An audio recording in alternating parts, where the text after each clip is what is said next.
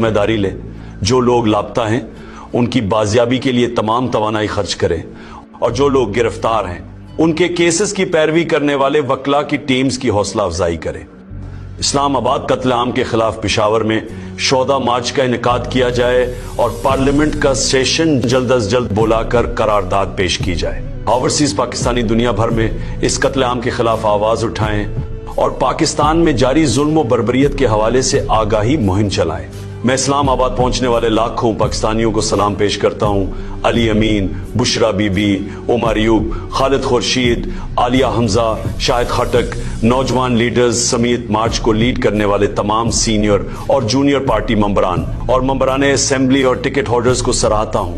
पंजाब और इस्लामाबाद में जैसे कर्फ्यू का माहौल बनाकर तहरीक इंसाफ के कारकुनान पर क्रैक डाउन किया गया और मुल्क की माइशत को खरबों रुपए का नुकसान पहुंचाया